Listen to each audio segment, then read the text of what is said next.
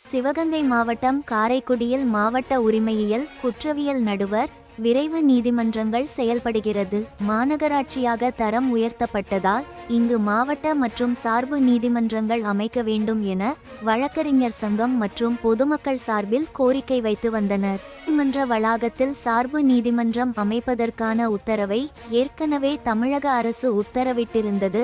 அந்த சார்பு நீதிமன்றம் அமைக்க உத்தரவு பிறப்பிக்கப்பட்டு பல மாதங்கள் ஆகியும் காரைக்குடி நீதிமன்ற வளாகத்திற்குள் இன்று வரை சார்பு நீதிமன்றம் அமைக்கப்படவில்லை.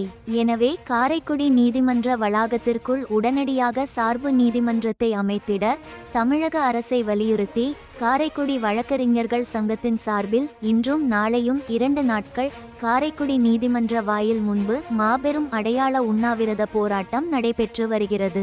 இந்த போராட்டத்தில் காரைக்குடியில் உள்ள வழக்கறிஞர்கள் சங்கம், சட்ட கல்லூரி மாணவர்கள், அரசியல் கட்சி பிரமுகர்கள், அதிமுக சார்பில் மாநகர செயலாளர் மெய்யப்பன், அம்மா மக்கள் முன்னேற்ற கழகம் மாவட்ட செயலாளர் தேர் போக்கி பாண்டி, வழக்கறிஞர் ராசு, சின்னத்துரை ஆகியோர் பங்கேற்றனர் மற்றும் தொழில் வணிக கழகம் ஆகியோர் கலந்து கொண்டனர்.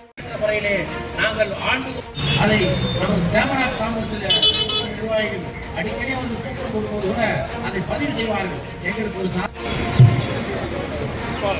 கருத்துக்களை பதிவு செய்ய வருகின்ற அத்தனை மூத்த வழக்கறிஞருக்கும் பொதுமக்களுக்கும் மிகவும் நன்றியை தெரிவித்துக் கொண்டு வாய்ப்புக்கு நன்றி கூறி விடைபெறுகிறேன். நன்றி வணக்கம்.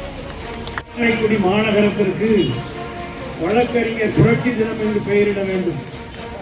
ஏனென்றால் காரைக்குடியினுடைய வழக்கறிஞர்களுக்கு இப்பொழுதுதான் இன்றைய தினம் வழக்கறிஞர் புரட்சி தினம். அப்பேற்பட்ட சிறப்பான இந்த போராட்டத்தில் பங்கெடுத்திருக்கக்கூடிய வழக்கறிஞர் சங்கங்களே, எங்களது மதிப்புக்கும் தமிழக அரசே காரைக்குடிக்கு ஒதுக்கீடு செய்யப்பட்ட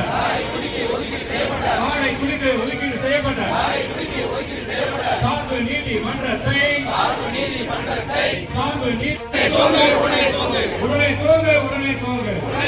உடனே துவங்கு.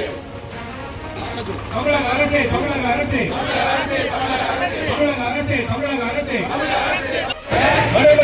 நடைமுறைப்படுத்து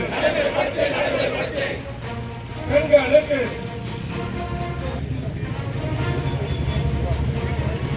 மக்களின் நலன் கருதி முதியோர்களின் நலன் கருதி காரைக்குடியில் சார்பு நீதிமன்றத்தை உடனே செயல்படுத்து பெண்களின் நலன் கருதி.